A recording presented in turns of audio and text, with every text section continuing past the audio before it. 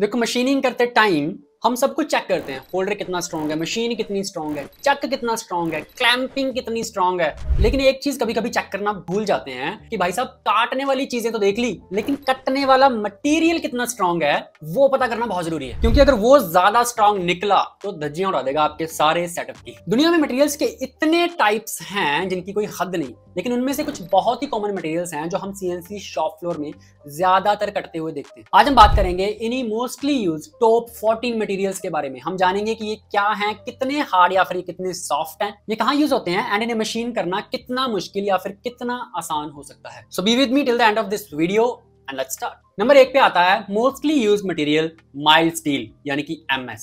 सबने सुना होगा, डेफिनेटली सबने सुना होगा। माइल्ड स्टील स्टील का सबसे कॉमन और सस्ता फॉर्म है। अगर आपको किसी प्रोजेक्ट के लिए जनरल पर्पस स्टील चाहिए जिसमें कोई खास हाई स्ट्रेंथ की जरूरत ना हो, तो उसके लिए एमएस एक बेस्ट मटेरियल माना जाता है। इसे लो कार्बन स्टील भी कहते हैं क्योंकि इसमें कार्बन की मात्रा काफी कम होती है, लगभग 0.18%। कम कार्बन होने की वजह से ये स्टील काफी सॉफ्ट एंड डक्टाइल होता है। कार्बन जितना कम मटेरियल उतना सॉफ्ट, कार्बन जितना ज्यादा मटेरियल उतना हार्ड। ये बात ध्यान में रखनी है। डक्टाइल का मतलब है ये टूटने से पहले काफी बेंड हो सकता है। इसकी स्ट्रेंथ बहुत ज्यादा नहीं होती, लेकिन जनरल एप्लीकेशंस के लिए काफी है। अगर इसकी हार्डनेस की बात करें तो लगभग 126 HB होती है, जो कि काफी सॉफ्ट मानी जाती है। ये जनरल इंजीनियरिंग और स्ट्रक्चरल कामों में बहुत यूज होता है। आपको ये nut, bolt, shaft, pin, brackets and machine के नॉन क्रिटिकल पार्ट्स में काफी ज्यादा मिलेगा। बेसिकली जहां भी ऐसी चीज की जरूरत है जो मजबूत हो लेकिन सुपर स्ट्रांग नहीं चाहिए, वहां पे एमएस यूज होता है। इसकी मशीनेबिलिटी एक्सीलेंट है, बड़ा आसान है भाई। इसे मशीन करना बहुत आसान है, यानी इसे काटना काफी आसान होता है। माइल्ड स्टील को मशीन करने के लिए आपको कोई फैंसी इंसर्ट्स की जरूरत नहीं है। स्टैंडर्ड अनकोटेड कार्बाइड इंसर्ट्स या फिर सीवीडी कोटेड इंसर्ट बहुत अच्छे से काम कर देती हैं। एंड इवन जब प्रैक्टिकल्स या फिर किसी को सिखाते हैं ना, तो एमएस ही करवाते हैं सबसे। नंबर 2 पे आता है C45 मटेरियल। बहुत काटा है मैंने यार, इंजेक्शन मोल्ड वाली कंपनीज में बहुत काटा है। C45 जिसे 1045 भी कहते हैं, माइल्ड स्टील से एक स्टेप ऊपर है। किसमें? हार्डनेस में। इसका नाम C45 इसलिए होता है क्योंकि इसमें कार्बन की जो मात्रा है वो 0.45% होती है। ये एक्स्ट्रा कार्बन इसे माइल्ड स्टील से ज्यादा स्ट्रॉन्ग और हार्ड बनाता है। मैंने बताया था ना, जितना कार्बन ज्यादा उतना हार्ड। इसमें अच्छी टेंसाइल स्ट्रेंथ और वेयर रेजिस्टेंस स्ट्रेंथ होती है। इसकी सबसे बड़ी खासियत ये है कि इसे हीट ट्रीट किया जा सकता है, यानी कि इसे हीट ट्रीटमेंट के बाद और हार्ड किया जा सकता है। लेकिन बिना हीट ट्रीटमेंट के नॉर्मल कंडीशन में इसकी हार्डनेस 160 से 180 HB के बीच होती है, जो कि ऑफ कोर्स एमएस से थोड़ी हार्ड है। C45 ऐसे मशीन कंपोनेंट्स में यूज होता है जिन पर थोड़ा ज्यादा स्ट्रेस पड़ता हो, जैसे कि शाफ्ट्स हो गए, गियर्स हो गए, एक्सेल्स हो गए, क्रैंक शाफ्ट्स हो गए, बोल्ट्स हो गए एंड स्टड्स हो गए। इसकी मशीनेबिलिटी को अच्छा माना जाता है, लेकिन ये माइल्ड स्टील जितना आसान नहीं है। थोड़ा सा तो ज्यादा एफर्ट लगेगा इसे काटने के लिए, लेकिन इसे मशीन करने के लिए सीवीडी कोटेड कार्बाइड इंसर्ट सबसे बेहतर होती है। एंड मैं आपको इस मटेरियल का अमेजिंग फैक्ट बता दूं कि C45 को हीट ट्रीट करके हार्ड करने के बाद इसकी HRC 50 तक पहुंचाई जा सकती है। ओह माय गॉड, 50 HRC बहुत ज्यादा होती है। और अगर इस मटेरियल को हार्ड करने के बाद काट रहे हो तो आपको स्पेशल इंसर्ट्स की जरूरत पड़ेगी, क्योंकि अब वो हार्ड हो चुका है। नंबर 3 पे आता है EN8 मटेरियल। EN8 बहुत ही पॉपुलर मीडियम कार्बन स्टील है। ये ना तो माइल्ड स्टील की तरह बहुत सॉफ्ट है और ना ही हाई अलॉय स्टील की तरह बहुत ज्यादा हार्ड, यानी कि हल्का फुल्का बीच में रहता है। ये इसमें कार्बन कंटेंट C45 के जैसा ही होता है, लगभग 0.36 से लेके 0.44% के बीच में। इसकी टेंसाइल स्ट्रेंथ काफी अच्छी होती है। इसे भी हीट ट्रीट करके इसकी हार्डनेस और टफनेस को जरूरत के हिसाब से बदला जा सकता है। हालांकि नॉर्मल कंडीशंस में इसकी हार्डनेस 201 से 255 HB तक रहती है, जो C45 से थोड़ी ज्यादा है। ये भी शाफ्ट, गियर, एक्सल, स्टड और बोल्ट्स जैसे पार्ट बनाने के लिए काफी यूज होता है। एंड इसे किसी भी कंडीशन में काफी आसानी से मशीन किया जा सकता है। इसे टर्न करना, मिल करना या फिर ड्रिल करना काफी आसान होता है। माइल्ड स्टील जितना आसान नहीं, लेकिन ऑफ कोर्स बाकी मटेरियल्स के कंपेयर में काफी आसान होता है। और इसमें जो इंसर्ट यूज करोगे आप वो C45 वाली यूज कर सकते हो। नंबर 4 पे आता है EN24 मटेरियल। अब आ गई अलॉय स्टील वाली कैटेगरी। EN24 एक सिंपल कार्बन स्टील नहीं है। इसमें लोहे और कार्बन के अलावा निकल, क्रोमियम एंड मोलिब्डेनम जैसे एलिमेंट्स भी मिलाए जाते हैं। ये अलॉइंग एलिमेंट्स इसे आम कार्बन स्टील के मुकाबले बहुत ज्यादा ताकत और टफनेस देते हैं। तो प्रीमियम क्वालिटी का मटेरियल है ये। अपनी हाई टेंसाइल स्ट्रेंथ, बेहतरीन टफनेस एंड अच्छी वेयर रेजिस्टेंस के लिए जाना जाता है। एंड ये उन एप्लीकेशंस के लिए बनाया गया है जहां पर बहुत ज्यादा स्ट्रेस और लोड पड़ता हो। इसकी हार्डनेस 248 से लेकर 302 HB तक होती है। ये ज्यादातर क्रिटिकल कंपोनेंट्स जैसे कि एयरक्राफ्ट के landing gears, high performance cars के connecting rods, gear box, shaft and heavy duty bolts के लिए यूज होता है। मशीन करना इसे थोड़ा सा डिफिकल्ट है अभी तक जितने मैंने मटेरियल बताया उनके कंपेयर में, इसकी हाई स्ट्रेंथ के कारण। उसकी वजह से टूल पे ज्यादा फोर्स पड़ती है, जिससे टूल जल्दी खराब होता है और हीट भी बहुत ज्यादा पैदा होती है। आपको टफ इंसर्ट की जरूरत पड़ती है, और अगर हार्ड किया हुआ E24 यूज कर रहे हो तो आपको इवन CBN इंसर्ट्स की भी जरूरत पड़ सकती है। नंबर 5 पे आता है D2 टूल स्टील। अब D2 पे बढ़ने से पहले मैं आपको बताना चाहता हूं कि अगर आप भी CNC मैन्युफैक्चरिंग की फील्ड में इंटरेस्ट रखते हो और इसमें आगे बढ़ना चाहते हो तो इन फंडामेंटल्स को सीखने के लिए मैं आपके लिए लेके आया हूं मेरा CNC टर्निंग का पहला ऑनलाइन कोर्स, जो आपको मेरी वेबसाइट macweather.com पे मिल जाएगा। 100 से लोग ये कोर्स ऑलरेडी खरीद चुके हैं, दे आर प्रीटी हैप्पी। ये एक फुल फ्लैज ऑनलाइन कोर्स है उनके लिए जो CNC टर्निंग को बिल्कुल जीरो से सीखना चाहते हैं, और जीरो से मेरा मतलब है बिल्कुल बेसिक लेवल से, जिनको टर्निंग का टी भी नहीं आता। इसमें मैं आपको बहुत ही बेसिक से लेके एडवांस लेवल की चीजें सिखाऊंगा विद सिमुलेटर। ये कोर्स प्री रिकॉर्डेड क्लासेस के साथ आता है, इसलिए टाइम का कोई झंझट नहीं है। आप घर बैठे बैठे कभी भी कोई भी क्लास अटेंड कर सकते हो। वैसे इस कोर्स का प्राइस 2799 पे रखा गया है, जो कि पहले ही काफी कम है, लेकिन अगर आप अभी ये कोर्स मेरी वेबसाइट macweather.com पे जाके खरीदते हो तो आपको ये कोर्स और भी एडिशनल डिस्काउंट पे मिल सकता है। सो अभी मेरी वेबसाइट पे जाके कोर्स को चेकआउट जरूर करें। आप कोर्स खरीदने से पहले कोर्स का पूरा क्लास वाइज सिलेबस देखने के लिए मुझे इस व्हाट्सएप नंबर पे मैसेज भी कर सकते हैं, एंड इवन आप कुछ फ्री क्लासेस भी देख सकते हैं। So get back to our list of materials, और हम बात कर रहे थे D2 टूल स्टील की।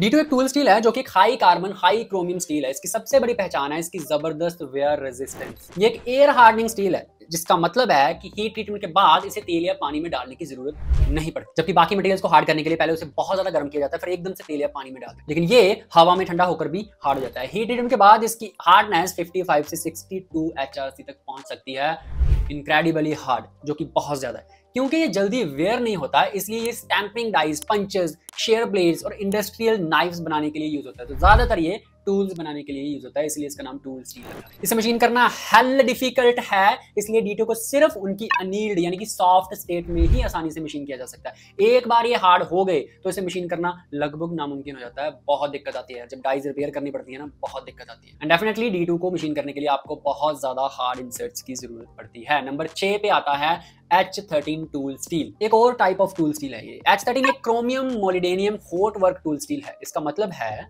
इसकी सुपर पावर गर्म हालत में काम करना है। जब दूसरे स्टील हाई टेम्परेचर पर सॉफ्ट हो जाते हैं, H13 अपनी स्ट्रेंथ और हार्डनेस को बनाए रखता है। इवन ये बार बार गर्म ठंडा होने पर क्रैक भी नहीं होता। हार्डनेस की बात करें तो हीट ट्रीटमेंट के बाद इसकी हार्डनेस 55 HRC के आसपास पहुंच जाती है, थोड़ी उससे ऊपर भी जा सकती है, सेम टूल स्टील की तरह। इसकी प्रॉपर्टीज इसे उन एप्लीकेशंस के लिए आइडियल बनाती हैं जहां पे टूल पिघले हुए या फिर लाल गर्म मेटल के कांटेक्ट में आता है, जैसे कि डाई कास्टिंग के मोल्ड जिसमें पिघला हुआ एल्यूमिनियम या फिर जिंक डाला जाता है, एक्सट्रूशन डाइस जिसे गर्म मेटल को शेप देकर लंबा किया जाता है, और फोर्जिंग डाइस जिससे गर्म मेटल को प्रेस करके शेप दी जाती है। तो वहां पे ये मटेरियल जो है वो अपनी स्ट्रेंथ बनाए रखता है। इसे मशीन करना लिटरली काफी डिफिकल्ट है। इसको टर्न करने के लिए ऐसी इंसर्ट रिकमेंड की जाती हैं जिन पर मोटी और टफ CVD कोटिंग हो, ताकि हाई कटिंग फोर्स को झेल सके। नंबर 7 पे बात करते हैं कास्ट आयरन की, specially FG260 and GG25। Cast iron लोहे का एक ऐसा एलॉय है जिसमें कार्बन 4% और सिलिकॉन 3.5% तक की मात्रा में होता है। ये बहुत ज्यादा है, लिटरली बहुत ज्यादा है। इस एक्स्ट्रा कार्बन की वजह से ये स्टील की तरह नहीं होता। इसमें कार्बन ग्रेफाइट के छोटे छोटे फ्लेक्स के रूप में मौजूद होता है, और बेसिकली वही इसकी यूनिक प्रॉपर्टी है। कास्ट आयरन की कंप्रेसिव स्ट्रेंथ यानी कि दबाव सहने की ताकत बहुत ज्यादा होती है, लेकिन इसकी टेंसाइल स्ट्रेंथ यानी कि खिंचाव सहने की ताकत जो है वो कम होती है, और वो बेसिकली हमें चाहिए भी नहीं। इसमें ये ब्रिटल होता है, यानी ये मुड़ने के बजाय सीधा क्रैक हो जाता है। ऐसा नहीं है कि आप इसे मोड़ सकते हो। इसकी सबसे बड़ी खास प्रॉपर्टी है इसकी डैम्पिंग कैपेसिटी, यानी ये वाइब्रेशंस को बहुत अच्छे से अब्सॉर्ब कर लेता है। हार्डनेस की बात करें तो कास्ट आयरन के FG260 ग्रेड की हार्डनेस 160 से 240 HB के बीच में होती है। इसकी वाइब्रेशन डैम्पिंग क्वालिटी के कारण ये मशीन्स के बेस, इंजन ब्लॉक्स और हैवी मशीनरी के फ्रेम्स बनाने के लिए एकदम परफेक्ट मटेरियल है। इवन CNC के जो बेस होते हैं वो भी कास्ट आयरन के ही होते हैं। इसके अलावा इसकी वेयर रेजिस्टेंस के कारण ये ब्रेक, रोटर्स, पिस्टन्स और गियर्स में भी यूज होता है। इसको मशीन करना आसान माना जाता है, काफी आसान, जिसका कारण है ग्रेफाइट फ्लेक्स, जैसे मैंने पहले बताया। तो जब इसे काटते हैं तो ये graphite flakes naturally chip breaker की तरह काम करते हैं। इसमें मशीनिंग के दौरान छोटे छोटे पाउडरी चिप्स बनते हैं, तो आसानी से मैनेज हो जाते हैं चिप्स। इसके स्ट्रक्चर में हार्ड सिलिकॉन कार्बाइड के पार्टिकल्स होते हैं जो टूल की एज को काफी जल्दी खराब कर देते हैं, तो उसका ध्यान रखना पड़ता है थोड़ा सा। तो इंसर्ट्स के मामले में इसके लिए CVD कोटेड कार्बाइड इंसर्ट्स सबसे अच्छी मानी जाती है। स्पेसिफिकली उस पे एल्यूमिनियम ऑक्साइड की कोटिंग होती है जो एब्रेसिव वेयर के खिलाफ बेहतरीन प्रोटेक्शन देती है। नंबर 8 पे आता है स्टेनलेस स्टील 304 मटेरियल। हाँ, अब आया थोड़ा सा मामला एरोस्पेस वाला। SS304 दुनिया का सबसे कॉमन स्टेनलेस स्टील है, ये बात मेरी समझ लो, इसे याद कर लो, रट लो। इसमें लगभग 18% क्रोमियम और 8% निकल होता है।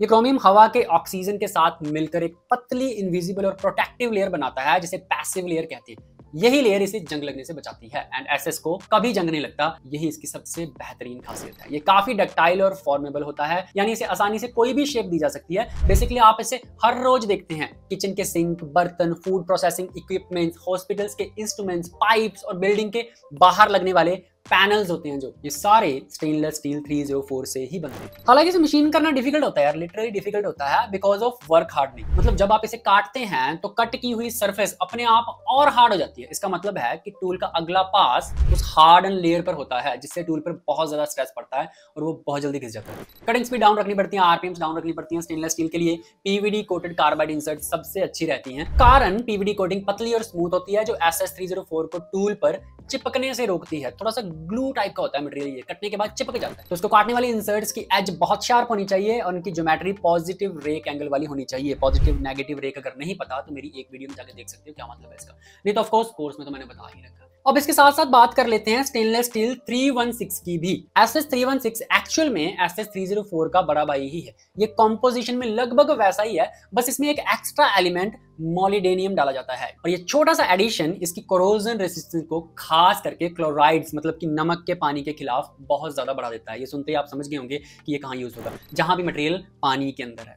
तो इसलिए इसे मैरिन ग्रेड स्टील भी कहते हैं। जहां भी करोजन का खतरा बहुत ज्यादा हो वहां पे SS316 यूज होता है। उदाहरण जैसे समुद्री जहाजों के पार्ट्स, केमिकल प्लांट्स के इक्विपमेंट्स, ऑयल रिग्स और मेडिकल इम्प्लांट्स जैसे हड्डियों में लगने वाले प्लेट्स एंड स्क्रूज SS316 के ही बनते हैं। SS304 की तरह इसे मशीन करना भी काफी डिफिकल्ट होता है, क्योंकि इसमें वर्क हार्डनिंग की प्रॉब्लम बहुत ज्यादा होती है एंड इसमें भी SS304 वाली कटिंग कंडीशन ही यूज करी जाती है, यानी कि low RPM, low feed and sharp tools. अगली कैटेगरी में बढ़े तो लिस्ट में नंबर 9 पे आता है एल्यूमिनियम 6061 मटेरियल। एल्यूमिनियम 6061 मटेरियल एक नॉन फेरस मेटल है, यानी इसमें आयरन नहीं होता। जिस मटेरियल में आयरन होता है ना वो फेरस मेटल होता है। ये एल्यूमिनियम का सबसे पॉपुलर और वर्सेटाइल अलॉय है। बेसिकली आप इसे एल्यूमिनियम की दुनिया का माइल्ड स्टील समझ सकते हो। जैसे फेरस मेटल्स में माइल्ड स्टील हर जगह यूज होता है ना, वैसे ये एल्यूमिनियम की कैटेगरी में बहुत यूज होता है। इसका सबसे बड़ा फायदा है इसका स्ट्रेंथ टू वेट रेशियो, यानी कि ये काफी मजबूत होता है लेकिन वजन में बहुत हल्का होता है। इसकी कोरोजन रेसिस्टेंस भी बेहतरीन होती है और इसे वेल्ड करना भी काफी आसान होता है।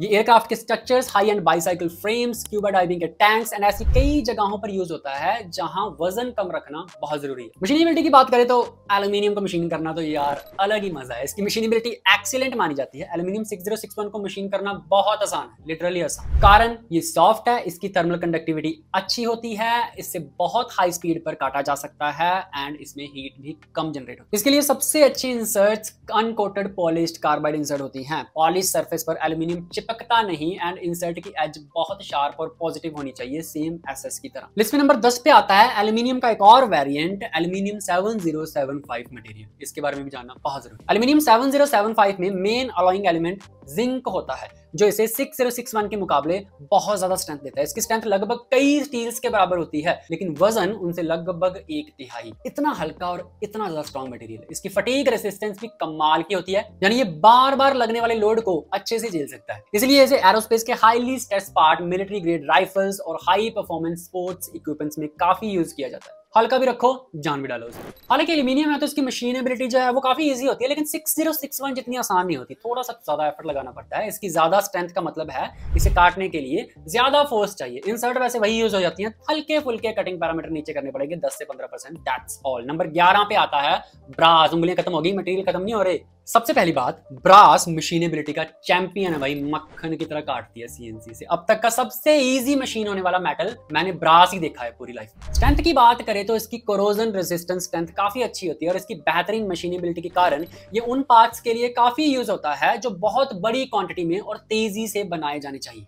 जो पार्ट बहुत ज्यादा चाहिए, कह रहे ब्रास का बना दो यार, जल्दी बन जाएंगे, हमें बस क्वांटिटी ज्यादा चाहिए, जैसे कि नट हो गए, बोल्ट्स हो गए, स्क्रूज हो गए, प्लम्बिंग फिटिंग्स होगी एंड इलेक्ट्रिकल कनेक्टर्स हो गए। इसके लिए कोई स्पेशल इंसर्ट नहीं चाहिए, standard uncoated carbide insert perfect काम करती है। ये इतना आसान है कि इस पर हाई स्पीड स्टील टूल भी चला सकते हैं, यानी कि एचएसएस के टूल भी आराम से काट देते हैं मक्खन की तरह। हालांकि कार्बाइड की लाइफ ज्यादा होती है, एचएसएस की लाइफ जो है वो हमेशा कम रहती है। ये तो जनरल सी बात है, सबको बताइए। अब साथ में नंबर 12 पे बात कर लेते हैं कॉपर की भी। एक जैसे लगते हैं दोनों। लेकिन कॉपर की सबसे बड़ी ताकत है इसकी बेहतरीन इलेक्ट्रिकल और थर्मल कंडक्टिविटी। घरों में तारों में ज्यादातर कॉपर की तार मिलेगी आपको। ये सिल्वर के बाद सबसे अच्छा इलेक्ट्रिकल कंडक्टर है। ये बहुत डक्टाइल और कोरोजन रेसिस्टेंस भी होता है। ये काफी सॉफ्ट होता है। इसकी कंडक्टिविटी के कारण ये इलेक्ट्रिकल एप्लीकेशंस में यूज होता है, जैसे बस बार्स हो गई, इलेक्ट्रिकल वायर्स हो गई, कनेक्टर्स हो गए एंड हीट सिंक वगैरह हो गए, जैसे मैंने आपको पहले बताया। अब सुनने में तो ये काफी सॉफ्ट है, लेकिन इसे मशीन करना काफी डिफिकल्ट होता है। इसकी वजह है इसकी extreme ductility and softness. Logic, अगर ज्यादा सॉफ्ट है तो भी सीएनसी को प्रॉब्लम है। तो जब आप इसे काटने की कोशिश करते हो तो ये साफ सुथरे तरीके से कट होने के बजाय टीयर यानी कि फट जाता है। बहुत ज्यादा गमी होता है और टूल की एज पर भी चिपक जाता है,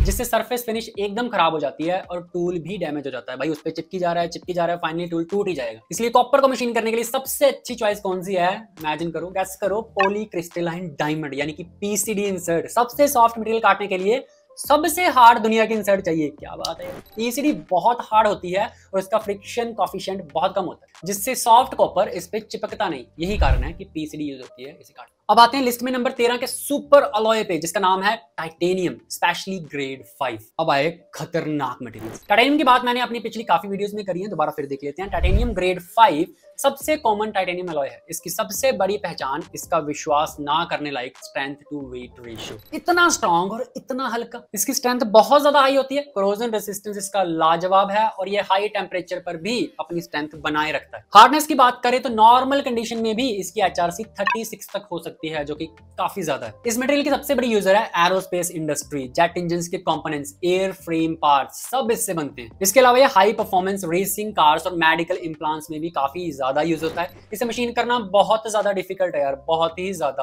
कारण वही मिलता जुलता बाकी मटेरियल के साथ। इसमें काटते टाइम इसकी लो thermal conductivity, work hardening and high chemical reactivity tool की धज्जियां उड़ा देती है। कितने अच्छे टूल यूज कर लो, आपको 10 कंपाउंड के बाद तो टूल चेंज करना ही पड़ेगा। टाइटेनियम के लिए शार्प पॉजिटिव रेक एंगल वाली कोटेड कार्बाइड इंसर्ट बहुत ज्यादा जरूरी है और कोटिंग ऐसी होनी चाहिए जो हीट को झेल सके। एंड फाइनली नंबर 14 पे आता है इनकनल 718 मटेरियल। ये है असली माल। इनकनल एक निकल क्रोमियम बेस्ड सुपर अलॉय है। इसकी पहचान है इसकी एक्सट्रीम हाई टेम्परेचर स्ट्रेंथ। ये 700 डिग्री सेल्सियस जैसे झुलसा देने वाले तापमान पर भी अपनी स्ट्रेंथ को ऐसे बनाए रखता है जैसे कुछ हुआ नहीं, जबकि इस टेम्परेचर पर स्टील पिघलने लगते हैं लिटरली। इसकी एप्लीकेशन सबसे क्रिटिकल जगह पर होती है, गैस टरबाइन और जेट इंजन के सबसे गर्म हिस्से जैसे कि टरबाइन ब्लेड्स और कंबस्टर कैन्स, ये सारे इनकनल से ही बनते हैं। इसके अलावा ये ऑयल एंड गैस इंडस्ट्री में भी यूज होता है। अब तक के सभी मटेरियल्स में से इनकनल को मशीन करना सबसे डिफिकल्ट लगा मुझे अपनी पूरी लाइफ में, टाइटेनियम से भी ज्यादा। कारण है extreme work hardening, high strength at high temperature and abrasive particles. Inconel को मशीन करने के लिए सबसे एडवांस टूलिंग चाहिए। टूलिंग इंडस्ट्री के आधे इंजीनियर्स तो यही सोचने में सारा दिन निकाल देते हैं कि इनकनल को और आसानी से कैसे मशीन किया जाए। फिनिशिंग के लिए अक्सर सेरामिक या फिर सीबीएन इंसर्ट यूज करी जाती है, क्योंकि वो कार्बाइड से ज्यादा हीट झेल सकती है। कहीं कहीं पे कार्बाइड भी यूज करते हैं, हाई ग्रेड वाले। तो देखा आपने, बाकी चीजों के साथ साथ मशीनिंग के टाइम हमें मटेरियल के बारे में भी काफी कुछ पता होना चाहिए, नहीं तो आप कभी भी proper insert, proper work holding and cutting conditions define नहीं कर सकते। बहुत इंपॉर्टेंट है मटेरियल्स को जानना। और ये तो मैंने आपको सबसे ज्यादा यूज होने वाले मटेरियल्स के बारे में बताया है। अगर हम इसकी और डेप्थ में जाएं तो ऐसे अनगिनत मटेरियल हैं जो हम अपनी रोजमर्रा की जिंदगी में यूज करते हैं और जिनके बारे में हमें पता ही नहीं, लेकिन हम डेफिनेटली इनके बारे में आने वाली वीडियोस में जानेंगे। तो आज के लिए बस इतना ही। अब मैं फिर से याद दिलवा दूं कि अगर आप भी अच्छे मशीनिस्ट बनना चाहते हैं तो मेरी वेबसाइट macoveda.com पे जाके मेरा कोर्स चेकआउट जरूर करें। मैं मिलता हूं आपसे किसी और मैकी टेक की वीडियो के साथ। तब तक के लिए take care and happy machining.